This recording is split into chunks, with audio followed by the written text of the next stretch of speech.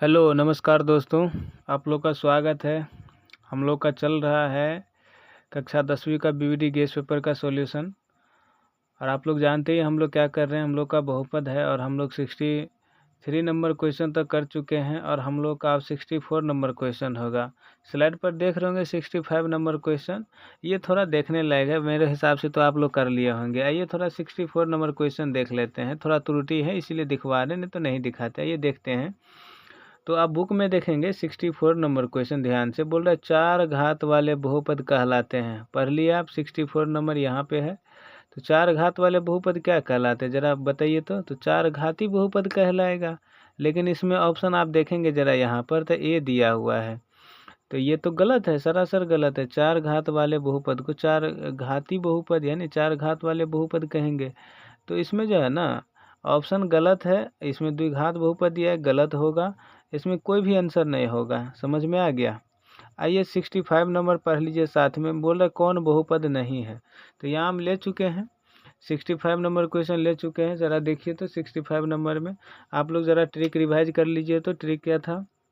Trick ये था कि बहुपद नहीं होने की ट्रिक। अगर आपको रूट में अगर कोई चर मान दिख गया बहुपद नहीं होगा।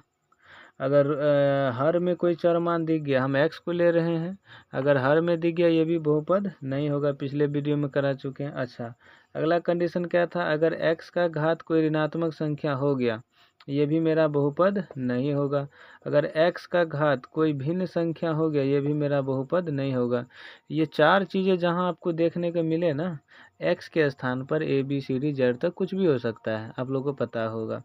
तो बार बार x ले रहे हैं, आप कहेंगे बार बार x ले रहे हैं, जो दे रहे हैं वही ले रहे हैं। चर मान कोई भी देगा, कोई दिक्कत नहीं। अगर ये 4 कंडीशन जहां आपको दिखे कह देना भाई बहुपद नहीं है। क्या नहीं है? बहुपद नहीं है। उम्मीद करते हैं 1 मार्क अपना श्योर कर लिए होंगे। इसमें देखिए तो आप देख के बोल दीजिए बहुपद नहीं है। यहाँ दिख रहा है रूट में x दिखा, यही मेरा बहुपद नहीं है। तो ऑप्शन क्या हो जाएगा? सी। अगला देखते हैं 66 नंबर क्वेश्चन को। इसमें देखेंगे कह रहे कौन रेखीय बहुपद व्यंजक है। रेखीय बहुपद का मतलब एक घात वाला बहुपद। कौन सा? एक घाती बहुपद है ना, जिसका घात एक हो, है ना। तो इसमें बताइए एक घाती बहुपद कौन है? इसी का दूसरा नाम रैखिक है, आपको पता ही होगा रैखिक बहुपद। तो इसमें कौन सा है? आप देखिए x का घात कितना है? 3। तो ये हो गया त्रिघात। ये कैसा बहुपद हो गया? त्रिघात। तो ये तो मेरा नहीं होगा, ये तो खत्म हो गया। अच्छा, इसमें सी नंबर में देखिए क्या ये बहुपद है? ये तो बहुपद है ही नहीं, तो सरासर अन्याय है क्वेश्चन के साथ, ये तो बहुपद है ही नहीं।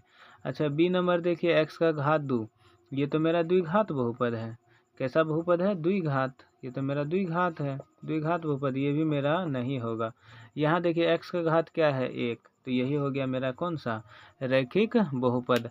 अगला देखते हैं हम लोग 67 नंबर क्वेश्चन। 67 नंबर क्वेश्चन में देखेंगे हम लोग कह रहे हैं कि बहुपद नहीं है। तो यहाँ पर थोड़ा सा क्वेश्चन को देखेंगे, पढ़ेंगे ध्यान से।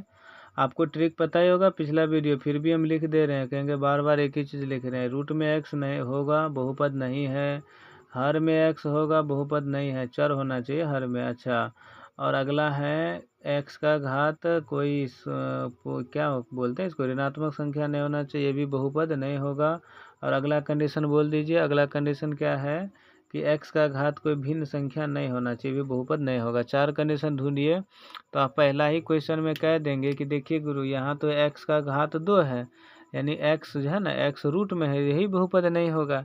यहाँ भी आप कह देंगे कि ये जो है ना पहला दूसरा ऑप्शन ये भी बहुपद नहीं है। जी बिल्कुल, ये बहुपद नहीं होगा। आप कहेंगे क्यों? तो देखिए अगर x इसको सोल्व करेंगे तो आपको पता ही है कि रूट से बाहर क्या निकल के आएगा? x, क्योंकि यहाँ पेयर में है, x स्क्वायर है। तो यहाँ रूट का 5x हो जाएगा। जी बिल्कुल, 5 को थोड़ा अच्छे से लिख लेंगे, ये 5x हो जाएगा। अच्छा, यहाँ यहाँ यहाँ आप देखेंगे यहाँ से क्या होगा? माइनस का 3√2। अच्छा, सवाल क्वेश्चन में था ना, क्वेश्चन में थोड़ा मिस प्रिंटेड है, क्या बताएं, इसीलिए सब क्वेश्चन को लेना पड़ रहा। यहाँ पे जो है ना सिर्फ √2x है। हम क्यों लिखे थे? जानबूझ के, क्योंकि आप लोग क्वेश्चन में देखेंगे मिलाएंगे तो यही है। अच्छा, इसको सही कर लेंगे ऐसे। और यहाँ पे है प्लस का 4, प्लस का क्या है? 4। अब आप इसको सोल्व करेंगे तो यहाँ देख रहे हैं कि ये भी इसका घात x हो गया। सॉरी, यहाँ x लिखे नहीं, तो यहाँ जाएगा 3√2 और यहाँ x हो जाएगा। और प्लस में मेरा क्या आ जाएगा, ये ऑप्शन नंबर बी था, यहाँ बी लिख लेंगे, ये प्लस का क्या आ जाएगा 4। तो आप देख रहे हैं कि ये मेरा बहुपद है, ये मेरा क्या है, बहुपद है, ये तो बहुपद है। अच्छा आगे देखिए, आप यहाँ कंडीशन सेकंड वाला मिलाइए, तो ये रहा, क्या इसको कोई कंडीशन दे दी, यही मेरा बहुपद नहीं है। पहला वाला मैं उम्मीद करता हूँ ऑप्शन आप समझ गए होंगे। सेकंड में देखिए, सेकंड में x का घात 3 x का घात 2, यहाँ तो कोई दिक्कत नहीं है, ये भी मेरा बहुपद है। और डी नंबर ऑप्शन में देखेंगे, ये भी मेरा बहुपद है। इन चारों में से किसी को फॉलो नहीं कर रहा, तो ये तो मेरा बहुपद होगा। तो ऑप्शन सी नंबर इसका सही उत्तर है। अगला देखते हैं 68 नंबर क्वेश्चन। 68 बिना घात के बहुपद को क्या कहते हैं, बताइए। बिना घात के बहुपद, यहाँ थोड़ा कन्फ्यूजन है। यहाँ बच्चे लोग ऑप्शन देख के तो आप सही टिक कर लेंगे कि रैखिक बहुपद है, लेकिन आपको पता है रैखिक बहुपद का घात क्या होता है, 1 होता है। बोल रहा बिना घात के बहुपद, समझिए क्वेश्चन। आइए यहाँ थोड़ा दिखाते हैं आपको। तो इसमें आप देखेंगे कि रैखिक बहुपद x का घात क्या होता है, 1। आप जैसे मर्जी आपको लिखने का मन है, आप 2x लिखिए, 3-3x लिखिए, चाहे 1/2x, आपको जो मर्जी। ये सभी रैखिक बहुपद का व्यापक ये सब रूप है। अच्छा आप देखेंगे कि x का घात कुछ नहीं तो 1 है ना भाई, यहाँ भी 1 है, यहाँ भी 1 है, ये तो मेरा रैखिक, ये तो है, घात 1 है। बोला बिना घात का, बिना घात का मतलब है x का घात कुछ नहीं, चर का घात कुछ नहीं होना चाहिए, चर का घात कुछ नहीं होना चाहिए। हम कह रहे ठीक है भाई, चर का घात कुछ नहीं हो रहा। तो बोल रहे अगर मेरे से पूछे हैं कि बिना घात के, तो बिना घात का तो यही होता शून्य बहुपद, लेकिन ऑप्शन में था रैखिक बहुपद। इसको थोड़ा करेक्ट कर लेंगे आप लोग, उम्मीद करते समझ। अच्छा द्विघात बहुपद का घात कितना होता, 2 होता है। आपका मन है ऐसे लिखने का, ऐसे लिख लो, अगर आपका मन है ऐसे लिखने का, ऐसे लिख लो, यानी कोई भी आप लिख सकते हैं। तो ये सभी तो द्विघात बहुपद है। जिसके चर का अधिकतम घात 2 हो द्विघात बहुपद, जिसके चर का अधिकतम घात 1 हो रैखिक बहुपद, और जिसके चर का अधिकतम घात 0 हो वो होता है शून्य बहुपद। यही होता है बिना घात वाला बहुपद। और त्रिघात में x का घात कितना होना चाहिए, 3, चर का घात अधिकतम कितना होना चाहिए, 3। बात समझ में आ रहा, तो ये आप समझ गए होंगे, कोई दिक्कत है। आगे चलते हैं 69 नंबर क्वेश्चन में। 69 नंबर क्वेश्चन में मेरा रैखिक बहुपद का घात होता है, अभी तो बताए थे रैखिक बहुपद का घात कितना होता है, 1, जो कि ऑप्शन नंबर किस में है, ए में दिया हुआ है, हो गया। अगला 70 क्वेश्चन देखें, 70 नंबर। 3x² - 12 के शून्यक है, तो आइए इसको थोड़ा सा कर दीजिए फटाक से आप लोग। तो इसमें शून्यक पूछा है, इसमें बराबर क्या ले लेंगे, 0। पहला क्लास आप देखे होंगे तो आपको पता होगा। यहाँ से हमें x का मान ज्ञात करना है, करिए। 3x² को रहने दीजिए और 12 को उधर भेजिए बराबर के, है ना, बराबर के आप दायां साइड भेज देंगे तो यहाँ -12 हो जाएगा। अच्छा आप इधर आइए, x² को रहने दीजिए, 3 मल्टीप्लाई में है x के साथ, x² के साथ, 3 को इधर भेज देंगे तो कहाँ चल जाएगा भाई, ये सॉरी प्लस में हो जाएगा। तो ये कहाँ आ जाएगा, 3 -12 इधर भेजेंगे तो ये प्लस का हो जाएगा। अच्छा आप इधर आइए, यहाँ से 3 से आप कैंसिल आउट करेंगे, 4 टाइम्स जाएगा भाई, ठीक है जी। अच्छा यहाँ से आप x² का मान क्या आया, 4। अच्छा अगर आप x का मान निकालेंगे, आप कहेंगे हमको तो पता ही है, यहाँ से स्क्वायर हटाएंगे, इधर क्या लगेगा, रूट, और भी प्लस माइनस के साथ। अच्छा यहाँ से आप क्या निकालेंगे, यहाँ से मान आएगा +-2 आएगा कि नहीं। तो एक बार आप लेंगे प्लस का 2, एक बार लेंगे माइनस का 2, सॉरी माइनस का 2, तो यही मेरा हो जाएगा शून्य। उम्मीद करते हैं आप लोग समझ पा रहे होंगे और आप लोग ऑप्शन मिला चुके हैं 70 नंबर में। हम भी मिला लेते हैं फटाक से 70 नंबर में। तो ऑप्शन मेरा किस में है, ऑप्शन देख रहे हैं, दया भाई साहब इतना गलती कौन करेगा, इतना गलती कोई करता है, इसमें डी ऑप्शन दिया है, आप लोग करेक्ट कर लेंगे, इसीलिए क्वेश्चन को लिए थे। 71 नंबर क्वेश्चन जरा पढ़िए तो। 70 बोल रहा है 71 नंबर, x - a f(x) का एक गुणनखंड है तो f इंटू में a होगा। आइए करते हैं इस क्वेश्चन को। ऐसे सवालों में हम क्या करते हैं, जब भी गुणनखंड दिया है, बहुपद का गुणनखंड ये है तो शेषफल पर में से क्या होगा, जो भी गुणनखंड होता है उसके बराबर में हम क्या रख देते हैं, 0। क्या आपको कोई चीज़ पता है, अगर हम पूरा इसको डिटेल वाला वीडियो अलग करेंगे, ये ऑब्जेक्टिव टाइप क्वेश्चन है, इसको ऑब्जेक्टिव से ही सोल्व करेंगे, उतना नहीं लिखने जाएंगे, ज्ञान बांटना नहीं है हमें, ऑब्जेक्टिव क्वेश्चन को उतना ही देना है जितना वो उनका लेवल है, ठीक है जी। आइए यहाँ शेषफल पर भी से देख रहे हैं कि जो भी गुणनखंड है उसके बराबर 0 रख रहे हैं, यहाँ से हम x का मान निकाल लें तो ये क्या हो जाएगा, प्लस का ये, ठीक है जी। अब यदि x के स्थान पर हम इस बहुपद में x के स्थान पर a रख देंगे, इस बहुपद में x के स्थान पर a रख देंगे तो उत्तर मेरा क्या आना चाहिए? 0। तभी नहीं गुणनखंड है। क्या ये चीज़ आप पढ़ें? अगर 9th क्लास में नहीं पढ़े होंगे तो थोड़ा सा यहाँ आप रिकवर कर लेंगे। ये बहुपद का गुणनखंड है, ठीक है। अच्छा, ये बहुपद है, अगर गुणनखंड है इसका मतलब क्या? इससे इसमें भाग देंगे तो उत्तर मेरा क्या आएगा? 0। उत्तर क्या आएगा? 0। तो ये जो गुणनखंड के बराबर क्या रख देते हैं? 0। यहाँ जो मेरा उत्तर, ये जो मेरा a आया है, जो भी संख्या आएगा, अभी तो चर मान आया है तो इसको हम यहाँ रख देंगे इस बहुपद में, तो मेरा आंसर क्या आना चाहिए? 0।